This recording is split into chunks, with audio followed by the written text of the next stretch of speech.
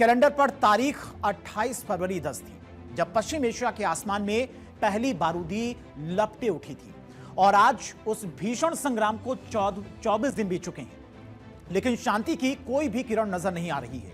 Iran और Israel America के बीच में छिड़ी जंग भीषण हो गई है, क्योंकि कोई भी पक्ष पीछे हटने को तैयार नहीं है। ना मिसाइलों की रफ्तार थम रही है, ना ही कूटनीति की मेज पर कोई समाधान इसमें होता दिखाई दे रहा है। हालांकि बात की जाए डोनाल्ड ट्रंप की तरफ से भी आज एक बड़ा स्टेटमेंट सामने आया। उनकी तरफ से कहा गया कि ईरान पर कोई भी बड़ा हमला नहीं किया जाएगा, लेकिन ईरान ने इन दावों को खारिज कर दिया है कि ईरान से कोई भी बातचीत नहीं की जा रही है। अब पश्चिम एशिया का संकट अब और जोर पकड़ चुका है, क्योंकि ईरान इस जंग से पीछे हटने को तैयार नहीं है। हर दिन के संघर्ष और हमलों में ईरान लगातार पलटवार कर रहा है, जिससे वैश्विक तनाव और भी बढ़ गया है। और इस उग्र संघर्ष ने न केवल जंग में शामिल पक्षों को चुनौती दी है, बल्कि पूरे क्षेत्र की स्थिरता और सुरक्षा पर गंभीर असर डालना शुरू कर दिया है। अंतर्राष्ट्रीय समुदाय इस हिंसा की आग को कम करने और संकट को कूटनीतिक रूप से नियंत्रित करने के लिए लगातार प्रयास कर रहा है। फिलहाल किसी भी पक्ष का नरमी ना दिखने की स्थिति में इस संघर्ष की भविष्यवाणी करना मुश्किल हो गया है कि कब जाकर ये युद्ध टलेगा, ये युद्ध खत्म होगा, युद्ध रुकेगा। और ईरान अपने दम में जंग में है, यानी कि प्रत्यक्ष रूप से कोई भी देश सहायता नहीं कर रहा है, जबकि दूसरी तरफ इजराइल और अमेरिका मिलकर ईरान को धुआं कर रही है। लेकिन पिछले कुछ दिनों से देखें तो ईरान अपना एक्शन उसने बढ़ा दिया है। ईरान लगातार पलटवार कर रहा है और सबसे ज्यादा नुकसान इस वक्त अमेरिका और इजराइल को इस जंग में उठाना पड़ रहा है। अब आपको समझाती ईरान का जैसे को तैसा वाला जवाब। इजराइल ने ईरान के पार्स गैस फील्ड पर अटैक किया। उसके जवाब में ईरान ने क्या किया? ईरान ने कतर के रास लफान पर निशाना साधा, जिसमें काफी ज्यादा नुकसान पहुंचा इजराइल को। ईरानी परमाणु साइट नतांज को निशाना बनाया गया इजराइल के द्वारा। ईरान ने क्या किया? ईरान ने इजराइल के परमाणु शहर डिमोना पर हमला किया, जो कि काफी ज्यादा सुरक्षित शहर माना जाता है।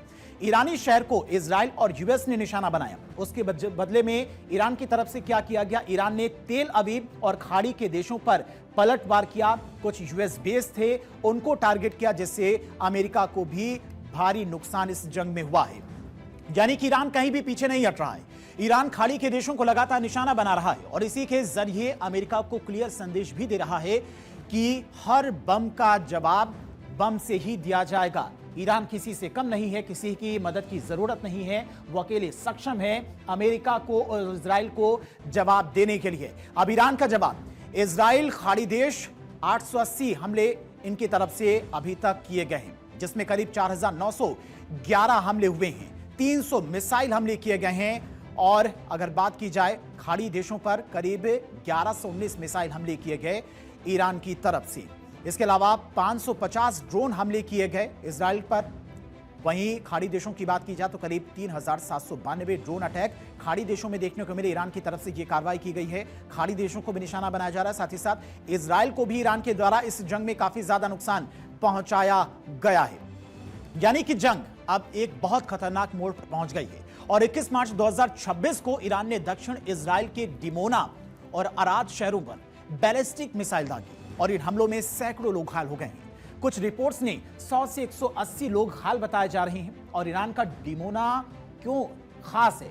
डिमोना पर ईरानी अटैक के बाद हालात गंभीर हो गए हैं और ऐसे में आपको बताती कि आखिर डिमोना क्यों खास है, क्यों सबसे सेफ और सबसे सुरक्षित इसे शहर माना जाता है। तो चलिए आपको बताते हैं डिमोना क्यों है खास। डिमोना को इजराइल का गुप्त परमाणु सेंटर भी बताया जाता है, जहां पर ईरान के द्वारा हमला किया गया। और यहां पर Shimon Peres nuclear research centre भी इजराइल का स्थापित है। इस सेंटर को इजराइल का मुख्य न्यूक्लियर प्लांट भी कहा जाता है और इस सेंटर पर परमाणु हथियार बनाने से जुड़ी रिसर्च की जाती है और यहां पर प्लूटोनियम का उत्पादन भी किया जाता है। इसीलिए यह काफी अहम है शहर इजराइल के लिए। इजराइल के परमाणु कार्यक्रम का पूरा आधार यहीं पर है और इसको इस बार ईरान ने टारगेट किया, जिससे ये जंग और भी भीषण होती जा रही है। हमले में न्यूक्लियर प्लांट को सीधा नुकसान नहीं पहुंचा है, लेकिन पास में गिरने वाली मिसाइलों से रेडिएशन लीक का खतरा पैदा हो गया है। जैसे ही ईरानी मिसाइलें डिमोना के पास में गिरी, अस्पतालों में मरीजों की भीड़ लग गई। लोग घरों से बाहर निकलकर सुरक्षित जगहों की तरफ भाग रहे थे और इसी बीच अमेरिकी राष्ट्रपति डोनाल्ड ट्रंप ने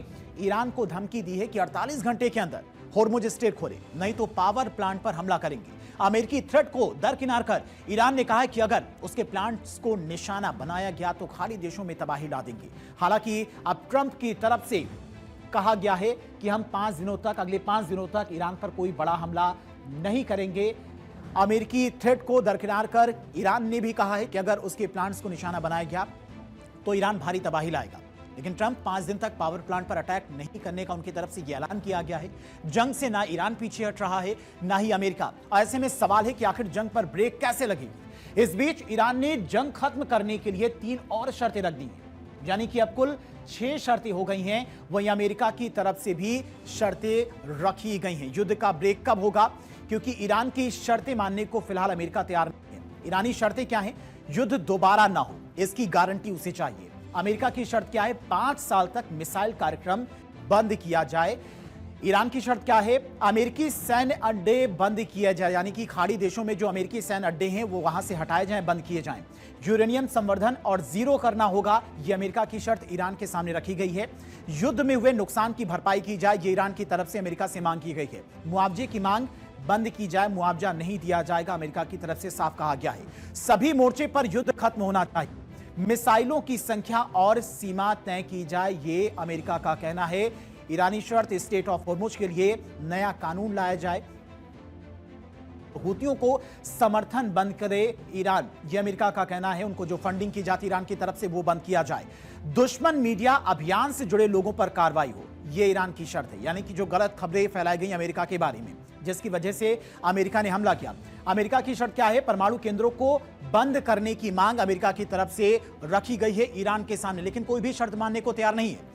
पश्चिम एशिया का यह रणक्षेत्र अब केवल मिसाइलों का मुकाबला नहीं रह गया है, बल्कि यह शर्तों की भेंट चढ़ता जा रहा है। एक तरफ जहां पर अमेरिका अपनी रणनीतिक शर्तों पर अड़ा है, तो दूसरी तरफ जहां पर ईरान अपने समरीकरण, विडंबना यह है कि शर्तों की बात तो की जा रही, लेकिन जंग को रोकने की सक्रिय कोशिश फिलहाल होती नजर नहीं आ रही है, जिससे संकेत है कि यह युद्ध अभी और